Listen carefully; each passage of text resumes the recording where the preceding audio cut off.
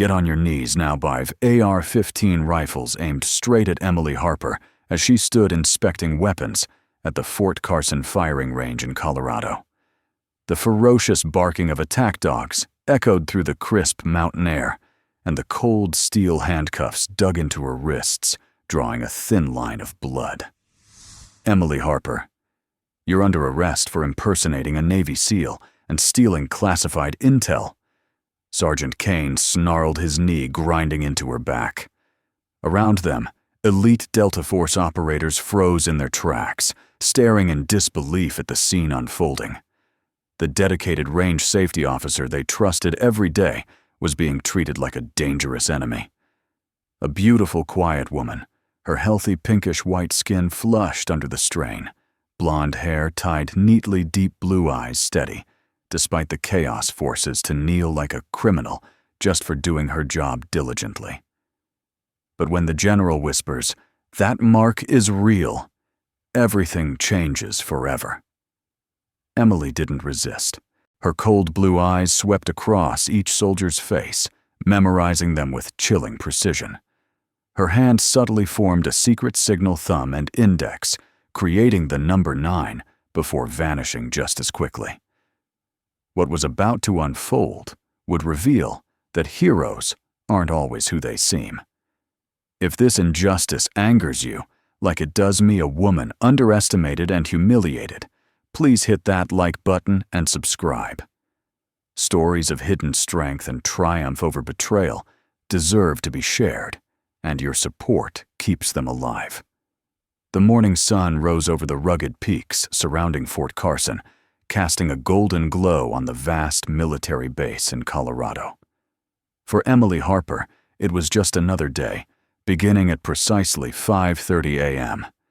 She arrived at the firing range with the same unwavering precision she'd maintained for the past 4 years, unlocking the gates and stepping into her role as the range safety officer.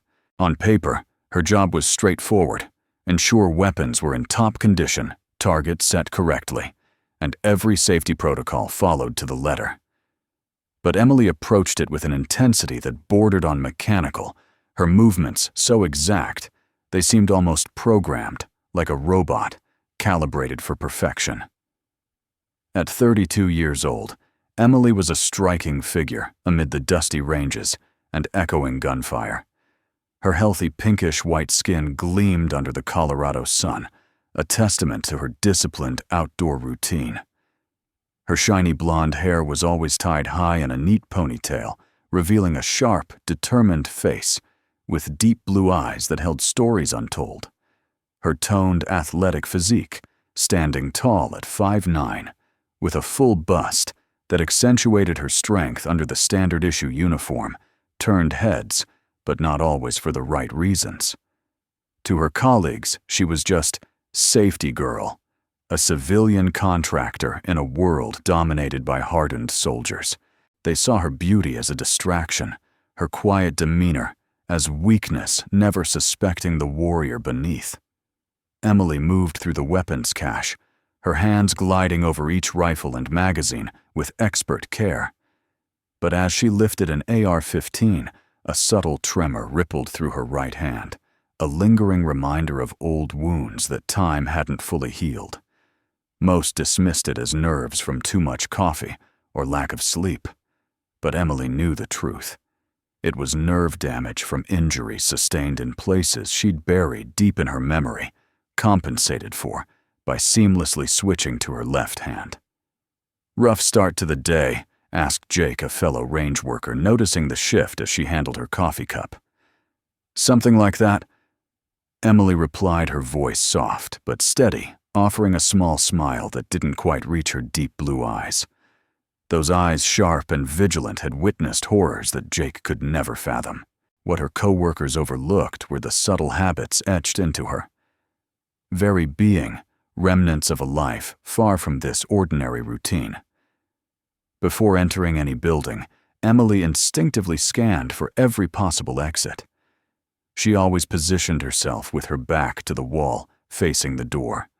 Her tactical smartwatch, a device typically reserved for special forces, monitoring her biometrics, with unerring accuracy. Her phone rested at a precise 45-degree angle on any surface, its screen serving as a mirror to watch her blind spots.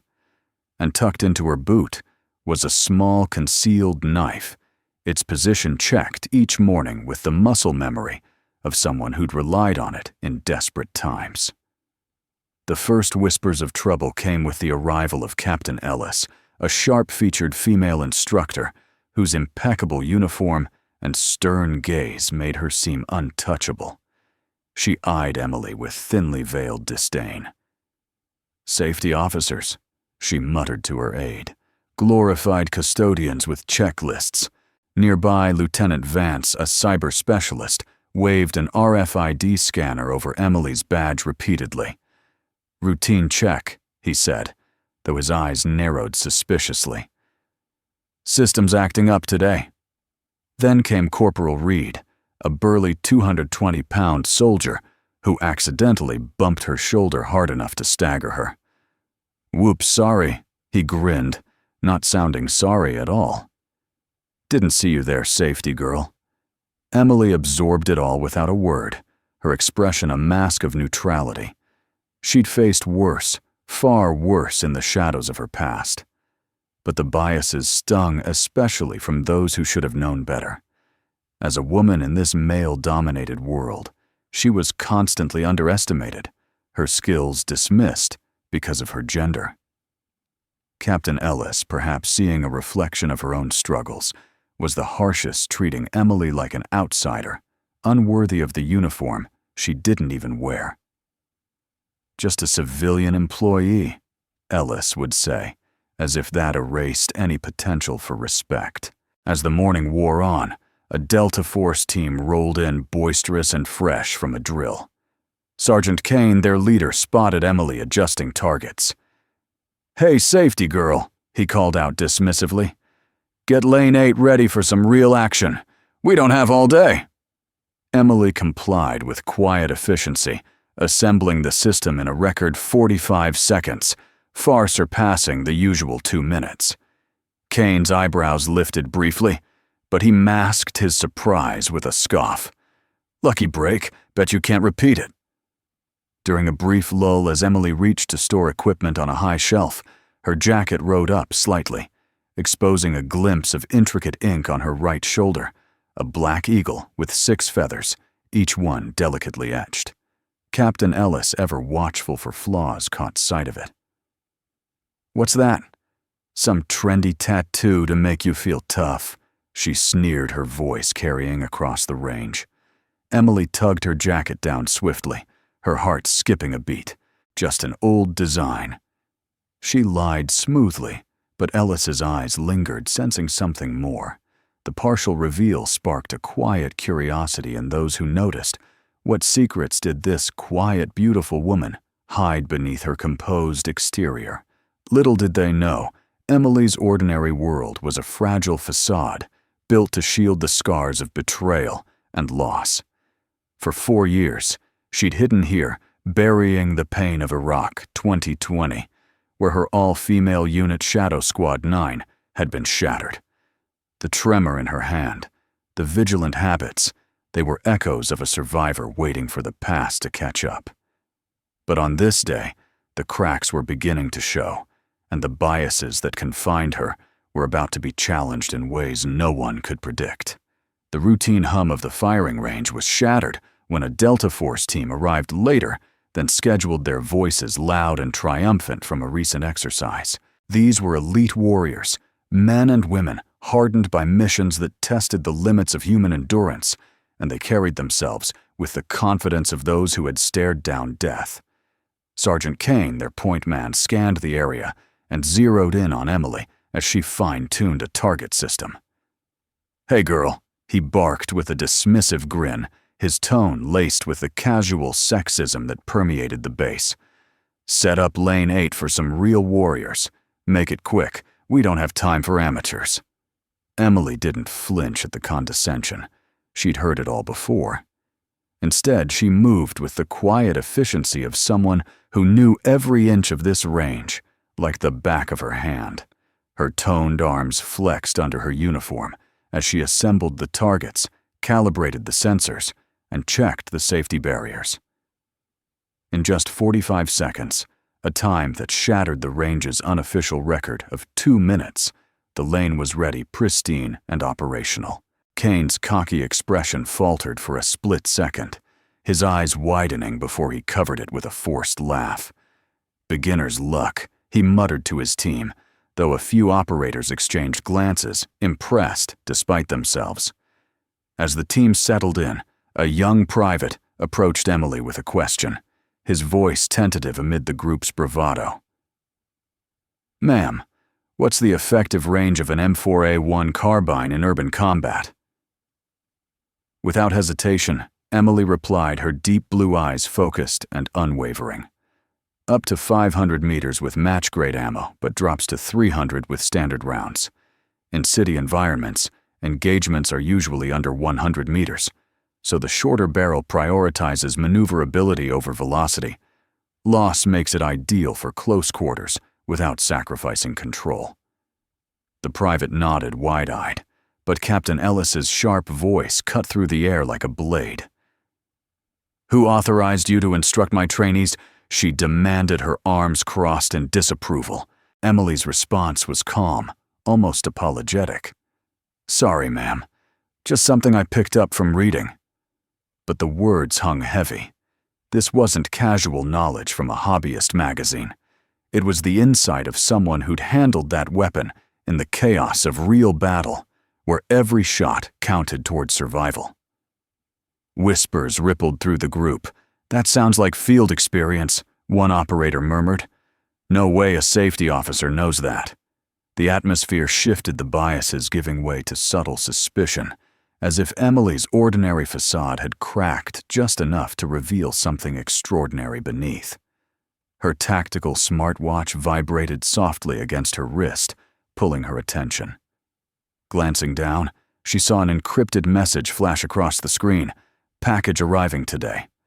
Her heart rate spiked briefly, 55 beats per minute, still remarkably low for most, but a telltale sign of stress for someone trained to control it. With a swift motion, Emily deleted the message, her fingers steady despite the tremor in her right hand. But Lieutenant Vance, the cyber warfare expert monitoring the range's systems, caught the anomaly. His equipment pinged with the detection of military-grade encryption far beyond what a civilian should possess. "Sir," he whispered into his radio, his eyes narrowing on Emily. "She's receiving secure comms. This isn't random." The tension thickened when Colonel Victor Kane entered the range, his presence commanding immediate respect. Tall and silver-haired, with the bearing of a man who'd climbed the ranks through cunning as much as courage, he surveyed the area with calculated ease. His gaze lingered on Emily for a fraction longer than necessary, a half-smile playing on his lips that sent a chill down her spine. She went still, her deep blue eyes meeting his briefly before looking away. Kane positioned himself in her peripheral vision, subtly testing her, probing for weaknesses he seemed to know existed. Memories flooded back unbidden. Iraq 2020, the dust-choked streets where betrayal had cost her everything. The colonel's arrival wasn't coincidence. It was the call she'd dreaded, forcing her to confront the shadows of her past. The ordinary world she'd built was crumbling, and the adventure, dangerous, unforgiving, was pulling her back into the fray, whether she was ready or not. Emily's heart pounded beneath her composed exterior as the weight of Colonel Victor Kane's gaze lingered like a shadow from her buried past. She forced herself to turn away, focusing on the mundane task of recalibrating a target. But the encrypted message, "Package arriving today," burned in her mind. It was a summons she couldn't ignore, yet everything in her screamed to push it back into the darkness, where she'd locked away the horrors of Iraq. When Captain Ellis pressed her again about the M4A1 details, Emily met her eyes steadily, her voice even, but laced with quiet deflection. "Just from books, ma'am. Gun enthusiast stuff, you know." The lie slipped out easily, honed by 4 years of hiding, but inside, A storm raged. Books, no. It was the echo of live fire in Baghdad's narrow alleys, the split-second decisions that meant life or death for her sisters in Shadow Squad 9. Flashbacks crashed over her like relentless waves pulling her under, despite her resistance. It was 2020, the scorching Iraqi sun beating down on their covert operation in a dusty outpost. Shadow Squad 9, 6 fierce women bound like family, had been ambushed in what should have been a routine extraction. Gunfire erupted from the shadows, betrayal woven into every bullet. Emily could still hear the screams, Sarah, her demolitions expert, vaporized by an IED. Maya, the sniper, with unerring aim, felled by a traitor's tip-off. The others, Jessica Ashley, Diana Catherine, cut down one by one in the chaos. Emily had survived by sheer will, dragging herself through the sand, with a shattered arm, her right hand, forever marked by the nerve damage that now caused that telltale tremor. 6 sisters sacrificed their names, etched not just in her memory, but in the feathers of the eagle tattoo on her shoulder. Why her? The survivor's guilt clawed at her soul, whispering that she didn't deserve this second chance, this ordinary life she'd clawed out at Fort Carson. The suspicion only grew from there, feeding on the cracks in her facade. Lieutenant Vance, ever the vigilant cyberhound, dove deeper into her digital footprint from his station at the range computer. His fingers flew across the keys, pulling up her personnel file with unauthorized zeal. There it was a glaring gap from 2019 to 2023, labeled simply as classified medical leave, with no further details. No civilian safety officer should have such redactions, let alone markers requiring top-level clearance to access. "This doesn't add up," Vance muttered to his partner, his voice low but urgent. He radioed it in, and words spread like wildfire through the base's grapevine. Whispers turned to stares. Colleagues who once ignored her now isolated her completely. "Imposter," Reed sneered, as he passed loud enough for others to hear.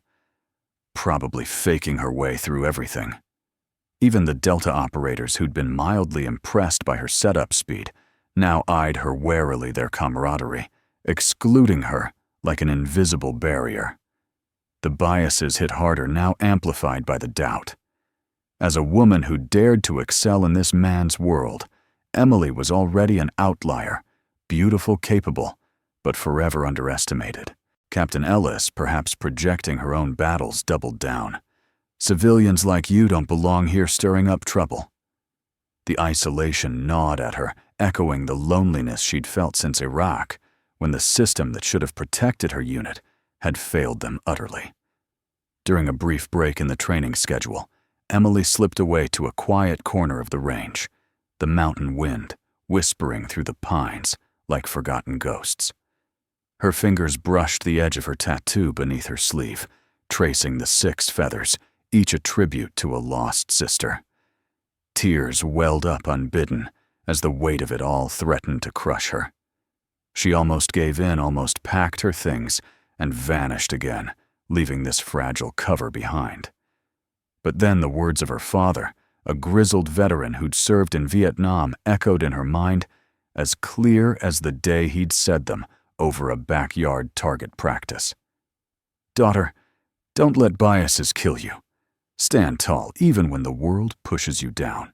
He'd taught her to shoot, to survive, instilling the iron discipline that had carried her through hell. Wiping her eyes, Emily straightened her deep blue gaze, hardening with resolve. She couldn't run, not yet. For now, she'd stay hidden, biding her time in this ordinary world that was no longer safe. The call to adventure tugged insistently, but her refusal was a shield, fragile, but unyielding against the storm she knew was coming.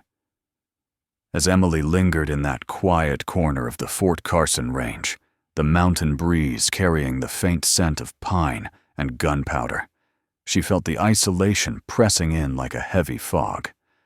The suspicions, the biases, they were walls closing around her, threatening to suffocate the resolve she'd barely mustered. But in that moment of vulnerability, a gentle voice broke through the solitude.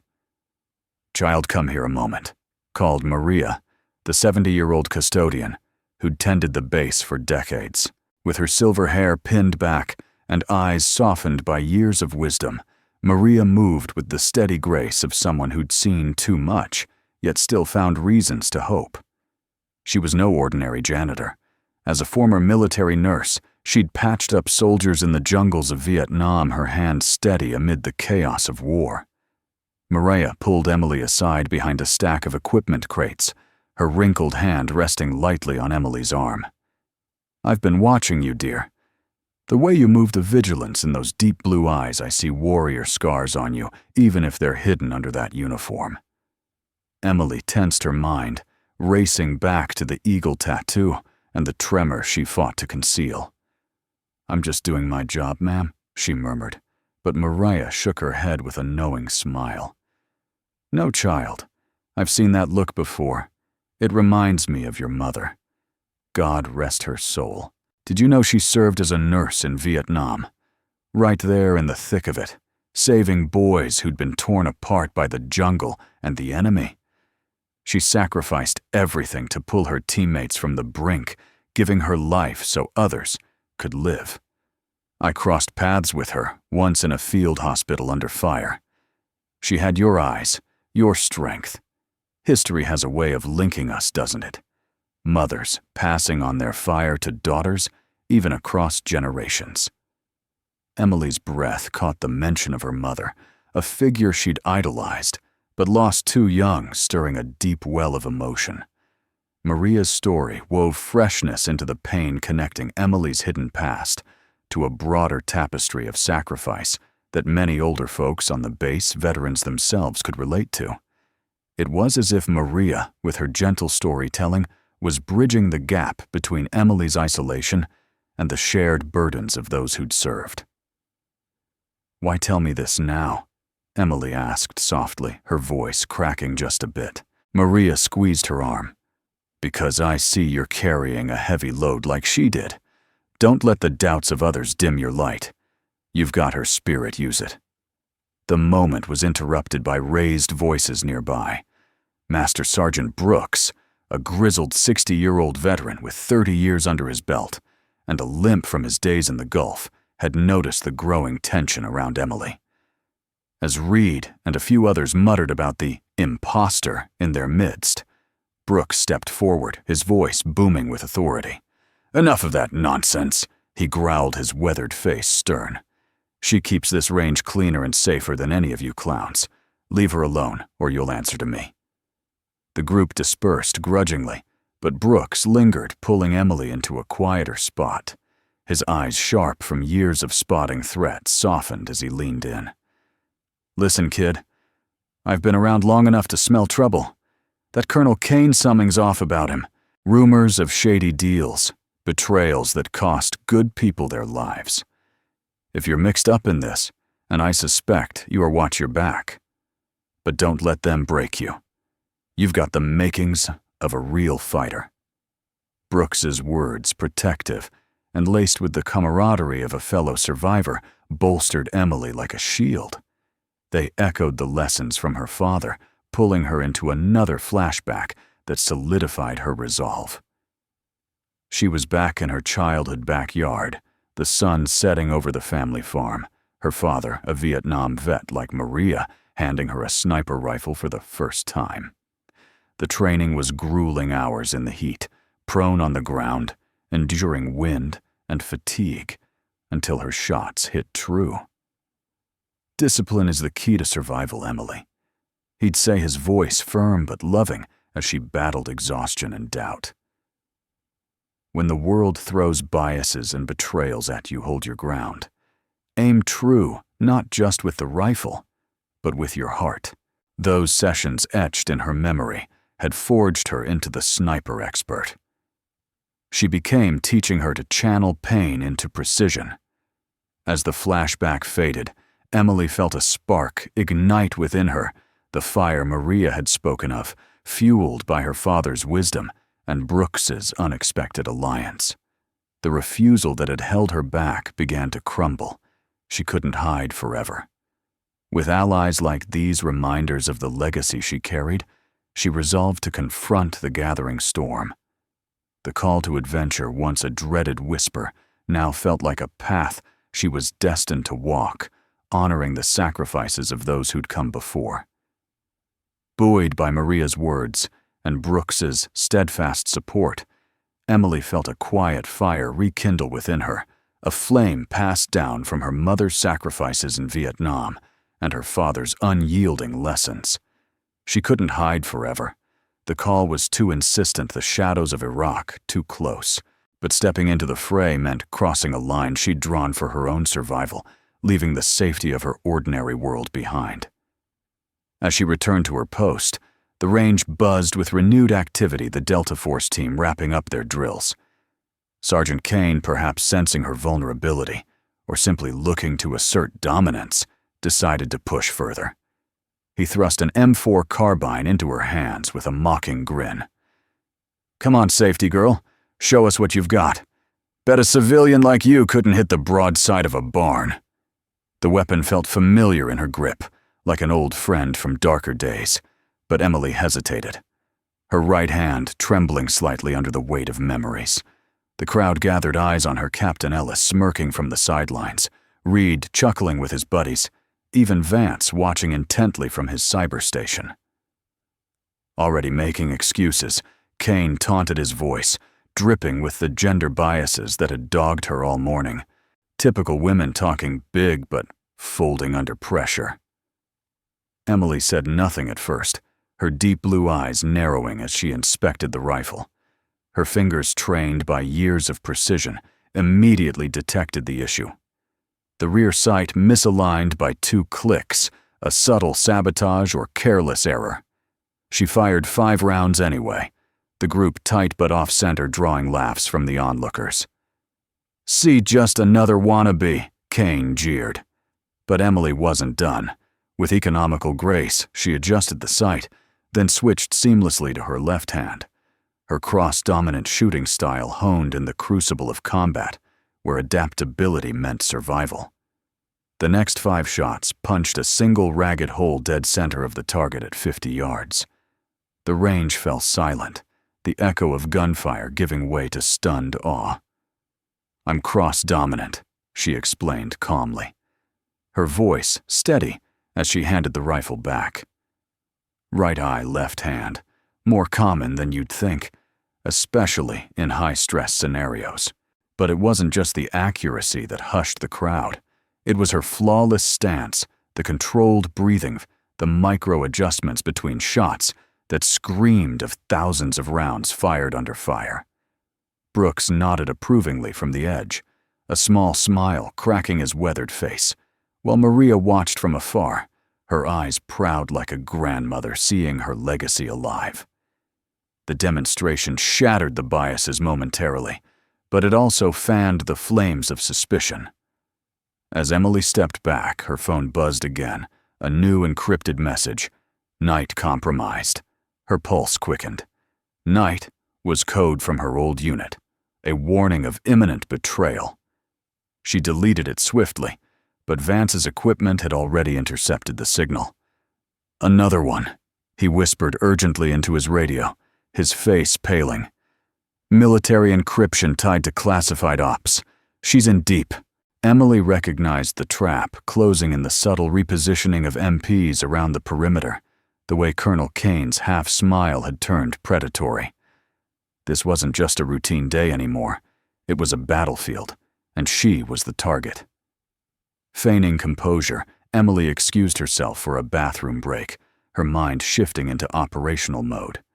This was her entry into the battlefield, no longer hiding, but actively engaging. Pretending nonchalance, she slipped toward the facilities, but her true intent was reconnaissance. Her deep blue eyes scanned every angle the main gate subtly guarded, secondary paths blocked by casual patrols, even the maintenance access points covered with overlapping fields of view. It was a professional setup, designed to corral and capture, and Emily knew it all too well from her Shadow Squad days. Heart racing, but controlled at 58 beats per minute, she calculated escape vectors, her tactical watch, feeding her biometric data like in the old missions.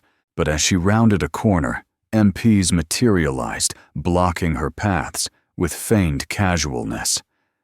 "Ma'am, restricted area," one said, his hand resting on his sidearm. Emily stopped her weight, shifting subtly to the balls of her feet, hands loose at her sides, the combat-ready stance of a warrior preparing for action. Flight was an option. She could vanish into the Colorado wilderness, start over somewhere new. But the faces of her lost sisters flashed before her, the 6 feathers on her tattoo urging her forward. Maria's story of her mother's sacrifice, Brooks's warning about Cain, her father's voice echoing, "Discipline is survival." They all converged, stealing her resolve. No more running. The threshold loomed a point of no return, but Emily chose to cross it. With a deep breath, she turned back toward the range, deciding to confront the gathering storm head-on. The ordinary world was behind her. The real challenge, the fight for truth and justice, had begun.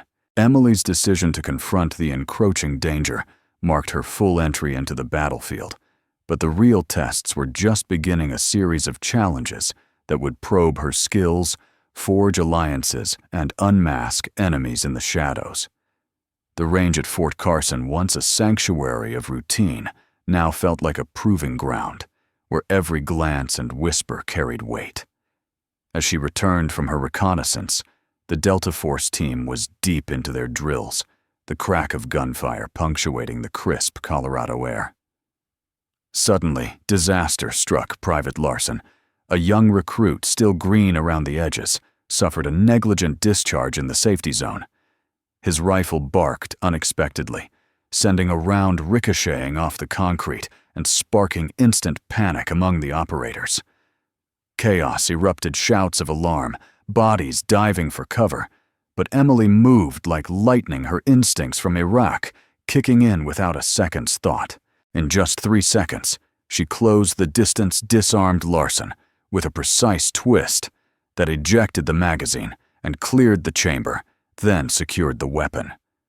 The private was hyperventilating, his face pale with shock, but Emily knelt beside him, applying a specific pressure point technique to his wrist, a method she'd learned in the dusty fields of Baghdad during grueling survival training.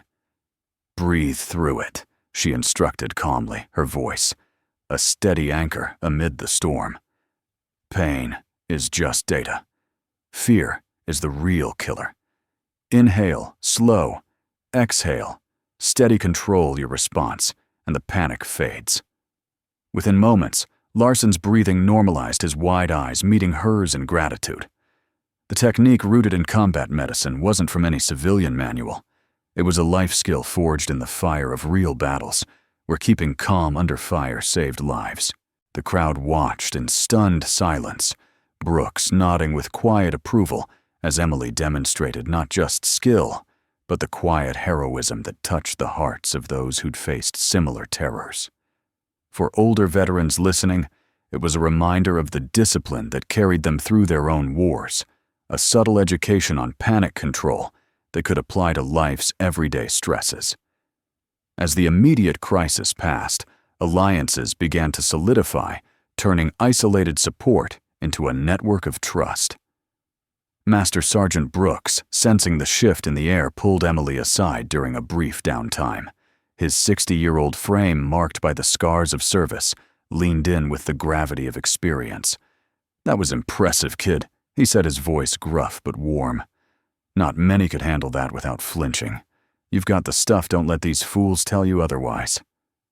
Brooks shared a life lesson that resonated deeply, drawing from his own battles against biases in the ranks.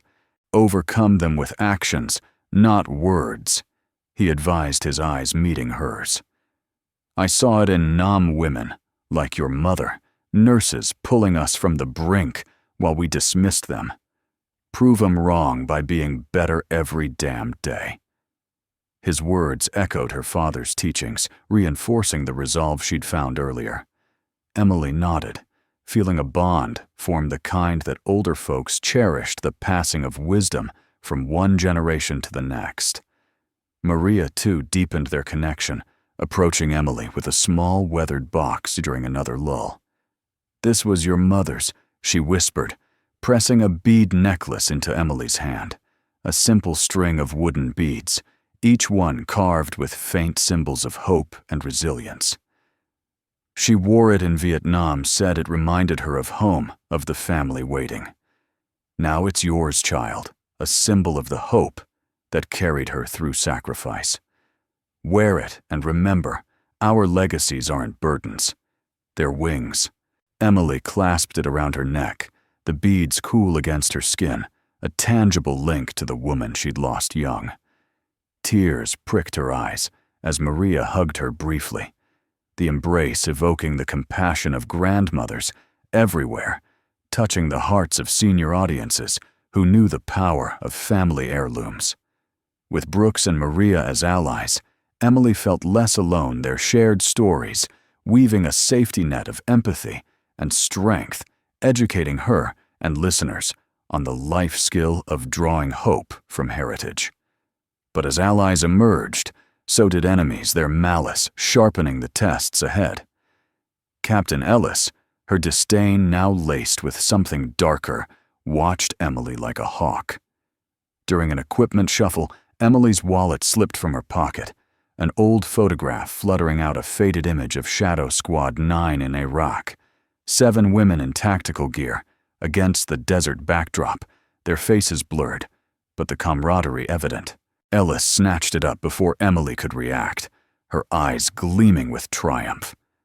"What's this?" "Your little playgroup," she sneered, holding it aloft for others to see.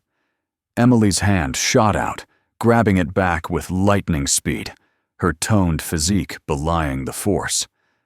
"Old friends," she said tersely, tucking it away, but the damage was done. The photo hinted at a past, far from civilian, fueling the whispers. In the cyber tent, Vance's hacking intensified, his screens lit up with alerts as he breached deeper into Emily's file. "Military encryption detected," he reported quietly, uncovering traces of classified comms that no range officer should have. "She's connected to something big, maybe even active ops." Ellis, revealed as a betrayer in league with Kane, radioed the findings, her voice cold. "Keep digging.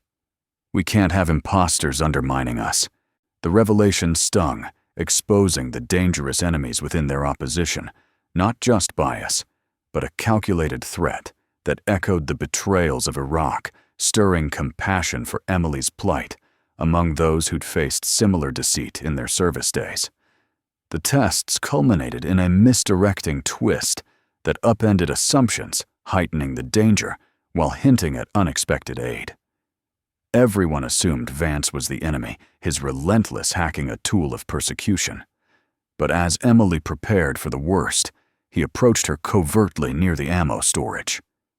"Kane is watching you closely," he whispered, his voice urgent but low. "Those encryptions.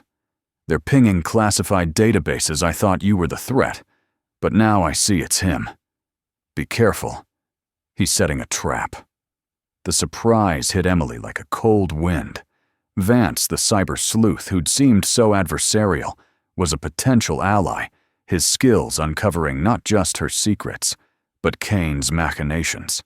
This twist beat back the isolation, creating a glimmer of hope amid the enemies, a reminder that truth often hides in unexpected places, touching the hearts of older listeners with the timeless lesson that allies can emerge from the unlikeliest shadows. With Vance's unexpected alliance adding a fragile layer of hope amid the escalating threats, Emily navigated the Fort Carson range, like a ghost in her own story. But the path ahead grew darker, leading her toward the inmost cave of her fears. The air thickened with unspoken danger, every shadow a potential ambush, as her tactical watch vibrated once more against her wrist. Glancing down, the screen displayed the dreaded words, "Protocol 5 activated." Her hand shook heavily, the tremor amplifying into a visible quake that she could no longer hide, her pinkish-white knuckles whitening as she gripped the device. Protocol 5, a chilling code from her shadow squad. 9 days in Iraq, evoking memories of utter betrayal where their position had been sold out to the enemy for personal gain. In the sweltering heat of 2020, Baghdad, it had signaled the end. Coordinates leaked back up, diverted, leaving 7 women exposed in a kill zone. Emily's deep blue eyes glazed over as fragments resurfaced, the acrid smoke of IEDs, the staccato of enemy fire, the unit's cohesion fracturing under the weight of treachery. Why now? The message wasn't random. It was a harbinger pulling her deeper into the web. Her heart rate climbed to 65 beats per minute, a spike that betrayed her inner turmoil. Nearly collapsing under the mental assault, she leaned against a barrier for support. The survivor's guilt resurfacing like a tidal wave, whispering that she should have died with her sisters. The building tension clawed at her resolve, the ordinary world's remnants crumbling as the battlefield encroached, forcing her to question if she had the strength to press on. As the protocol's echo faded, harsh barriers materialized, transforming the range into an impenetrable fortress. MPs began to surround the perimeter, with calculated subtlety vehicles repositioned at gates patrols, overlapping in strategic patterns that Emily recognized from her special ops training. It was a containment op, designed to isolate and apprehend without alarm, but her vigilant habits kicked in. Slipping toward a less guarded terminal during a momentary lull in drills, she accessed the base's security network, her fingers flying over the keys with the precision of her electronic warfare expertise. Using a simple but effective algorithm she'd refined in Iraq, exploiting default encryption flaws in the system, she hacked the camera's rerouting feeds to create temporary blind spots. Security is only as strong as its weakest protocol.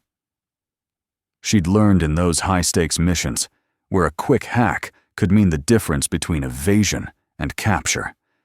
The education in such tactics went beyond code.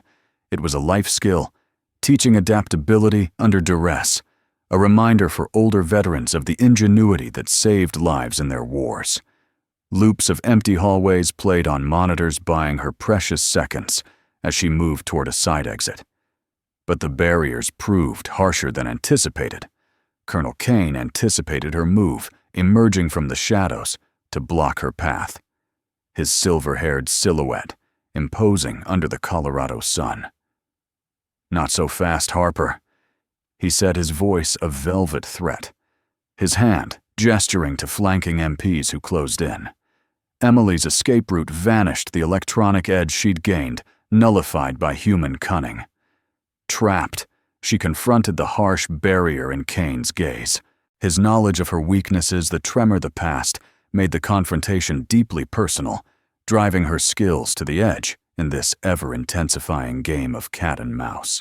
The blockade shattered any illusion of control, and Emily's mind reeled, nearly collapsing under the onslaught of resurfacing trauma. Retreating to a narrow alcove behind stacked crates, she slumped against the cold metal, her breath ragged as flashbacks engulfed her. It was Iraq, all over again, the unit sisters. Sarah, Maya, Jessica, Ashley, Diana, Catherine, laughing in their brief downtime only for the ambush to erupt in flames and gunfire. One by one, they fell betrayed by leaked intel that turned their safe house into a death trap. Emily had survived by instinct alone, crawling through the debris, with a shattered arm, spotting the enemy sniper at 600 meters. From her prone position, cross-dominant aim, steady despite the agony, she'd fired a single shot that silenced the threat, buying her escape. But the victory was hollow. The mental wound exploded now, a torrent of guilt and grief. "Why them and not me?" she whispered to the empty air, tears streaming down her face, her toned body curling in on itself. The eagle tattoo burned like a brand, the 6 feathers a heavy indictment of her survival. Sobs racked her silently, the isolation amplifying the pain she'd buried for 4 years, threatening to break her spirit entirely in this moment of raw vulnerability, where the barriers weren't just physical, but the crushing weight of loss that no training could fully armor against. Yet in the depths of her despair, Maria's voice cut through like a beacon preparing her for the climax ahead.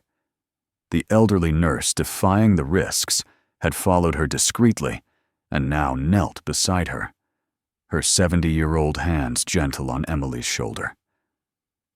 "Eagles don't fly if they're afraid of the wind, child," Maria whispered fiercely, her eyes shining with the fire of her own Vietnam memories. "Your mother faced storms like this and rose above. Reveal your true self. Let the truth set you free." The words, simple yet profound, stirred something deep within Emily, reigniting the resolve forged by her allies and her heritage. Wiping her tears, she stood, her deep blue eyes clearing with determination. The inmost cave beckoned, but she would enter it unbroken, ready to face the ordeal that awaited. The barriers had closed in Maria's encouragement, a final spark amid Emily's near collapse. But the ordeal, the heart of the storm, erupted with brutal swiftness. Sergeant Kane gave the signal, and 5 MPs converged on Emily, like wolves on prey, their movements choreographed for maximum control. "Emily Harper, you're under arrest for impersonating special forces and espionage." Kane growled, his knee slamming into her back as cold handcuffs bit into her wrists. The Delta operators halted their drills, staring in shock, as the quiet safety officer was forced face down on the concrete, her blonde hair splaying across the ground. Blood trickled from a split lip, but Emily didn't resist going limp to make them work for it, her deep blue eyes locking onto Kane with Arctic calm. Paraded through the base for humiliation, past the mess hall, buzzing with lunchtime crowds, the gym where soldiers gawked, she stumbled once, earning a sharp boot to her ribs from an MP. "Fakes don't get mercy," he snarled. In the interrogation room, soundproofed and stark, they strapped her to a bolted chair, the restraints cutting deep. Kane dismissed the guards circling her like a predator.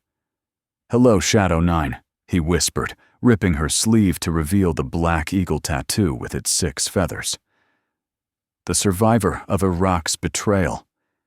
You've hidden well for 4 years." Emily's transformation was subtle, the meek civilian fading as the warrior emerged, her voice steady despite the pain. "I'm just a safety officer. You've got the wrong person," but the revelation hung heavy, touching the compassion of those who'd lost comrades to similar shadows, a reminder of the unseen costs of service. Kane laughed, a sound devoid of warmth, leaning in close enough for Emily to smell his cologne, mixed with deceit.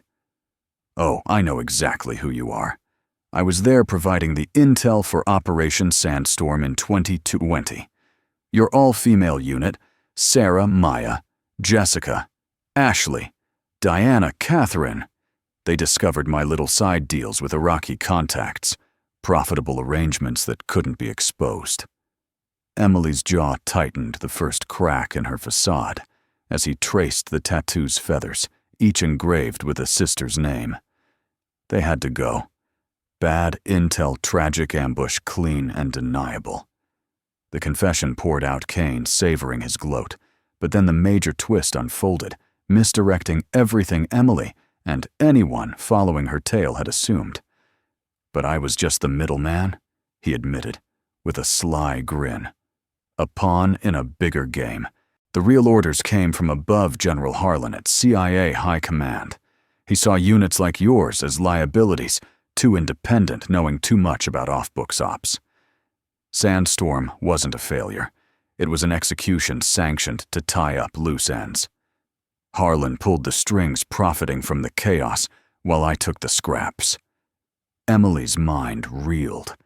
Kane, the betrayer she'd hunted in shadows, was merely a tool. The audience's assumptions shattered. Kane wasn't the end, but a link to a deeper corruption evoking the disillusionment many veterans felt with broken systems. "You think exposing me ends this?" Kane taunted. "Harlan's untouchable, and your survival, just a loose thread he'll snip." The revelation deepened the ordeal, turning personal pain into a vast conspiracy, stirring empathy for Emily's fight against not just one man, but the machinery of betrayal that had claimed her sisters. The air grew thick with menace as Kane lunged closer, his hand gripping her arm. But Emily's ordeal peaked in a life-or-death pivot, where she proved her mettle. Strapped down, she worked, subtly dislocating her thumb with a grimace of pain, a survival skill drilled into her during Iraq's harsh trainings, where escape meant enduring the unbearable. Dislocations hurt, but freedom hurts more to lose. Her instructors had said educating her on the body's resilience under duress. The cuff slipped free, her hands loose as Kane monologued oblivious. In a blur of motion, she struck a precise nerve strike to his shoulder, followed by a leg sweep that sent him crashing down, paralyzed temporarily from the neck down. "What, how?" he gasped, eyes wide with shock. Emily stood the transformation complete, her toned physique uncoiling like a spring. "You were too busy gloating," she said coldly, her voice echoing the quiet strength that touched hearts, proving that true mettle shone in moments of desperation. The technique, a blend of combat training and willpower, wasn't just physical. It was a life lesson in enduring pain for justice, resonating with seniors who'd overcome their own trials through sheer grit. The surprise climax burst through the door as SEAL team operators flooded the room, weapons raised in precise formation. General Morrison, a commanding figure with decades of classified command, strode in behind them. "Stand down," he ordered, his eyes locking on the scene. Kane writhed on the floor, but Morrison's focus was Emily. "The eagle mark is real," he declared, his voice carrying the weight of revelation. "Gentlemen meet Shadow. 9, the hero who survived Sandstorm and hunted the traitors for 4 years. The room froze in awe, the truth unveiling Emily as the legend, whispered in briefings, a survivor who'd turned pain into pursuit. Morrison nodded to her. "Your wire caught every word, Harper. Kane's done, and Harlan's next." The ordeal's peak left hearts racing. Emily's mettle proven not just an escape, but in exposing the rot, a triumph that evoked compassion for the unsung heroes among us. In the wake of the ordeal's thunderous climax, with Kane subdued on the floor and the SEAL team securing the room, Emily stood tall, her breath steadying as the adrenaline ebbed. General Morrison's presence shifted the atmosphere from chaos to reverence, his authoritative voice cutting through the tension like a beacon of justice. "Gentlemen," he announced, his eyes locking onto Emily with a mix of respect and long-held knowledge. "This is no imposter. This is Emily Harper, Shadow 9, the sole survivor of Operation Sandstorm in Iraq 2020. She's not just a hero. She's the one who's been piecing together the betrayal that cost us 6 brave women." The operators lowered their weapons, awe replacing suspicion, as Morrison confirmed her identity from classified files he'd safeguarded. He stepped forward, pinning a secret medal to her torn uniform, a Distinguished Service Cross, buried in red tape for years, but now rightfully hers. "You've earned this 100 times over," he said quietly, his tone fatherly, evoking the compassion of those who'd waited too long for recognition in their own service days. Emily seized the moment, rifling through Kane's pockets to claim his device, a trove of betrayal files, encrypted emails, and transaction logs exposing his deals. "This ends the loose threads," she murmured, handing it to Morrison, gaining the advantage that would unravel the web of deceit.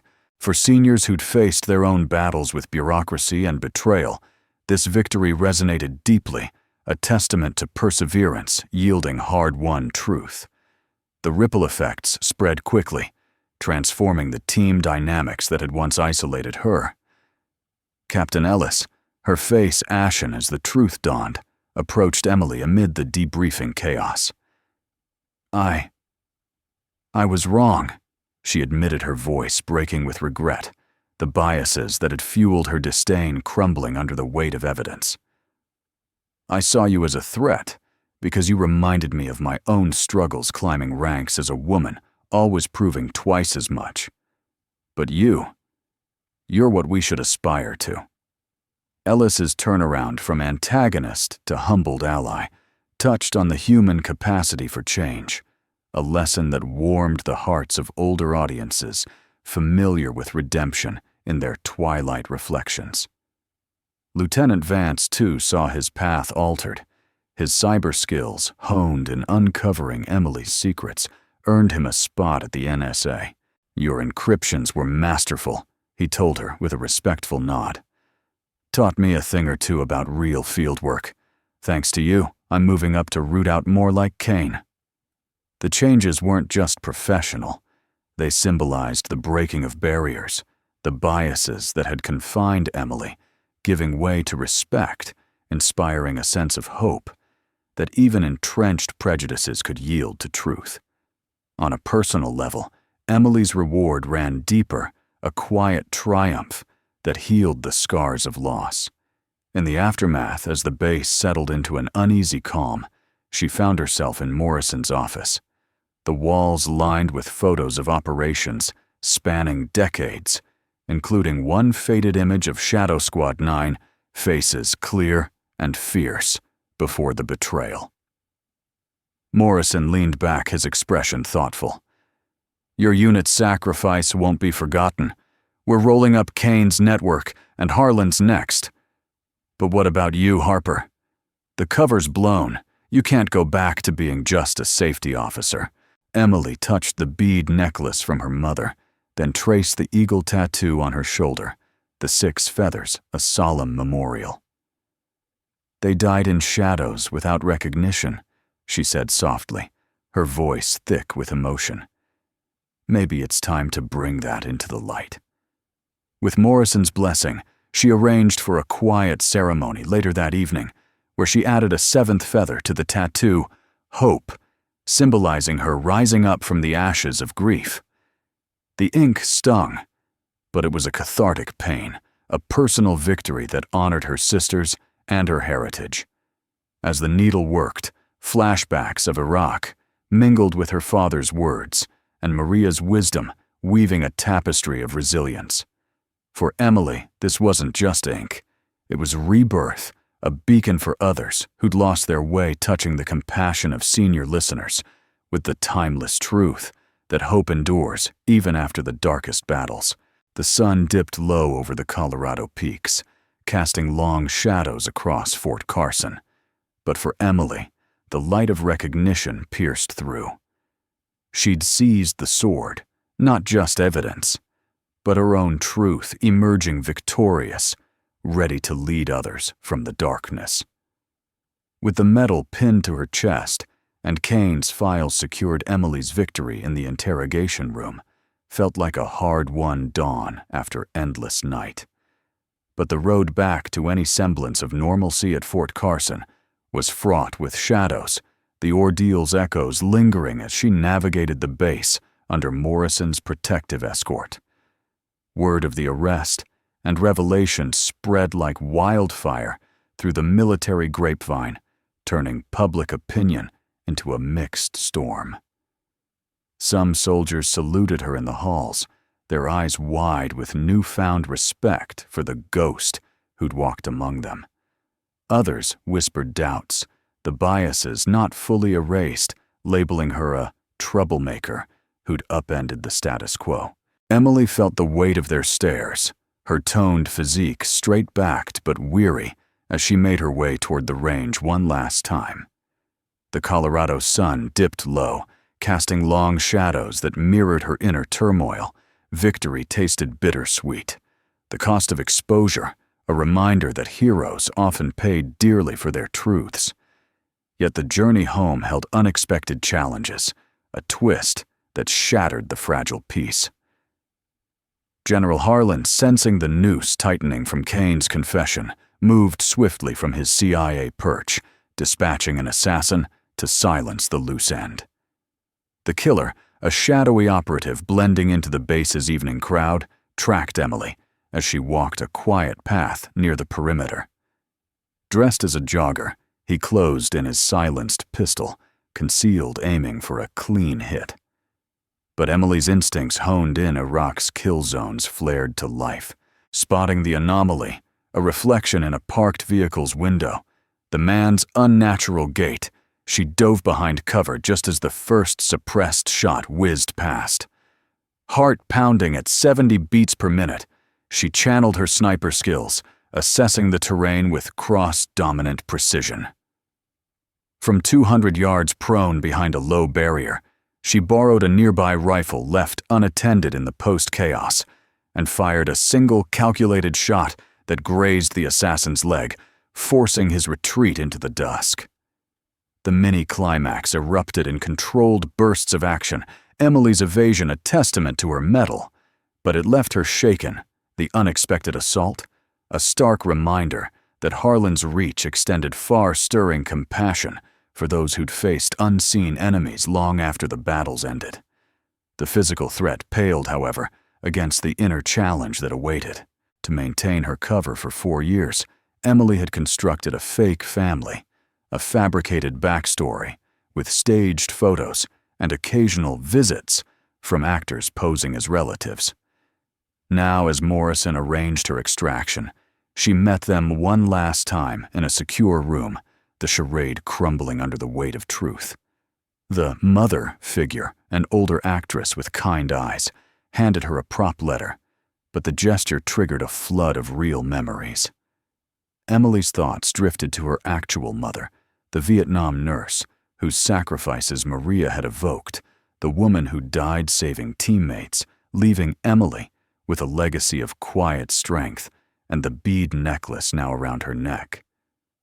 "I can't keep pretending," Emily whispered to herself, tears welling as she touched the beads.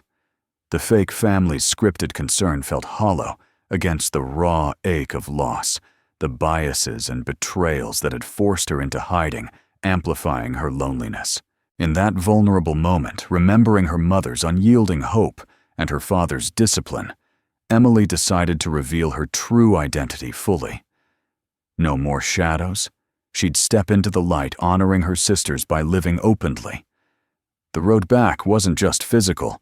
It was a journey of the soul, reclaiming her name amid the unexpected storms, a poignant reminder for older hearts that true home lay in embracing one's scars.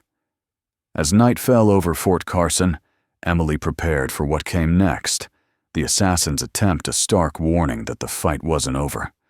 But with her identity reclaimed, she walked forward, the seventh feather of hope on her tattoo, a silent vow of resilience.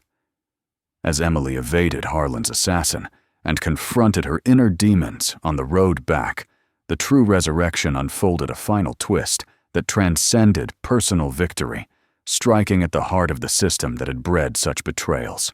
The files seized from Kane were just the beginning. Emily's hack into Harlan's network revealed a shocking link to social history, a scandal buried in the annals of military injustice.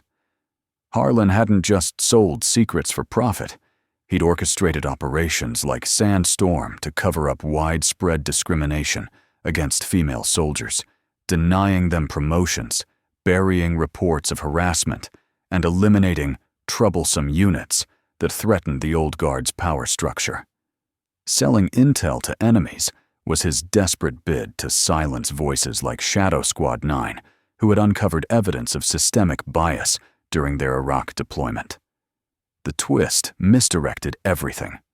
What seemed like greed was a cover for preserving a discriminatory legacy, echoing real historical struggles that many older veterans had witnessed or fought against in their time. Emily, drawing on her electronic warfare expertise, hacked deeper from a secure terminal, using that simple yet effective algorithm to breach classified CIA databases. Exploiting the flaws they ignored, she muttered, her fingers steady, despite the tremor exposing transaction logs, memos, and witness statements that led to Harlan's major arrest. Morrison coordinated the takedown SEALs bursting into Harlan's office as evidence flooded intelligence committees. The revelation stirred deep compassion, a victory over not just external enemies, but the internal rot that had plagued the military for generations. This system victory rippled outward, reshaping the landscape Emily had long navigated. With Harlan's network dismantled, female special ops units like Shadow Squad were officially recognized. No more black ops without accountability, no more operators erased from records. Morrison announced it in a base-wide briefing. These women served with honor. It's time they get the light they deserve. Emily, once hidden in shadows, was appointed to lead a new all-female unit, training the next generation with full classification limits, but proper oversight. The gender biases that had dogged her, the dismissals as safety girl, the underestimation of her beauty and strength, crumbled as colleagues like Ellis stepped forward in support. "You showed us what real leadership looks like." Ellis said, her regret turning to alliance. The victory wasn't just institutional, it was cultural, overcoming the prejudices that had confined women in uniform, inspiring senior audiences with echoes of their own fights for equality in earlier eras.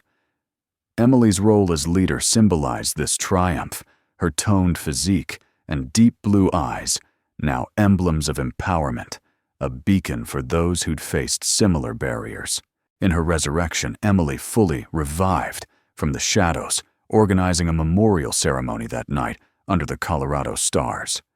The hall, simple yet solemn, featured portraits of her 6 sisters: Sarah, Maya, Jessica, Ashley, Diana, Catherine, their faces finally honored, not hidden.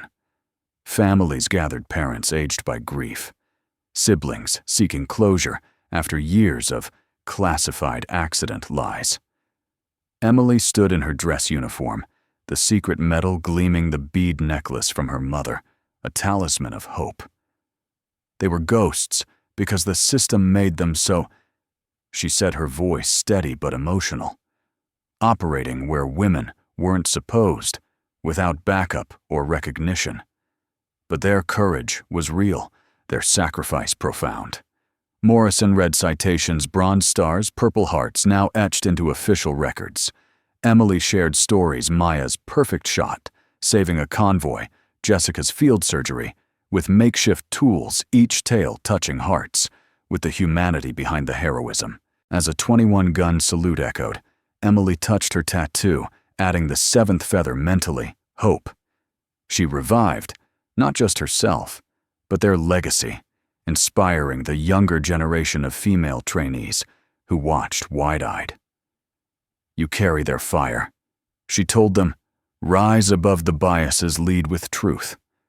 The ceremony closed with families embracing Emily, tears mingling with gratitude, a poignant resurrection that healed old wounds and lit paths forward, reminding older hearts of the enduring power of remembrance and renewal.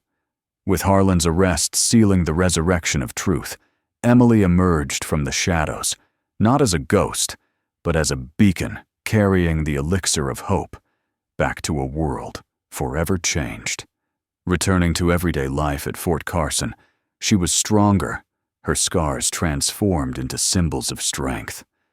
No longer hiding, she took on a new role, teaching life skills to young female soldiers, mentoring them in the very range where her ordeal began.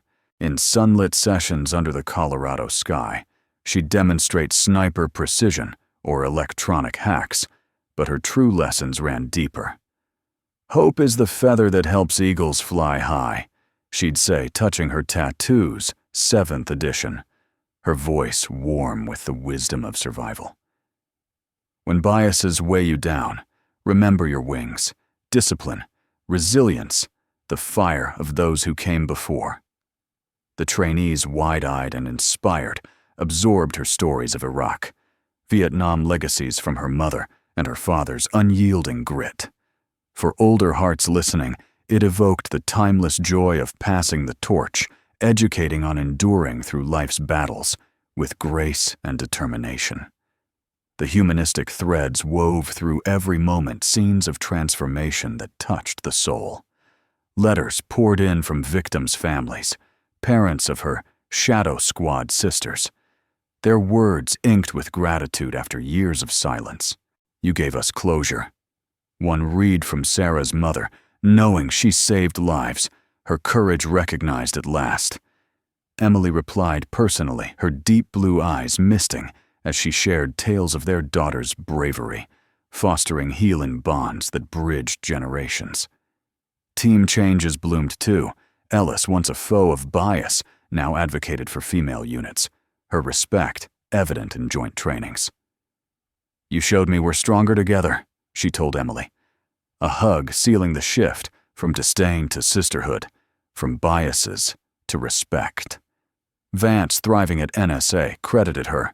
"Your skills open doors. Now I'm hunting more Harlans." Brooks and Maria watched proudly their alliances, a testament to empathy's power, reminding seniors of how respect, born from understanding,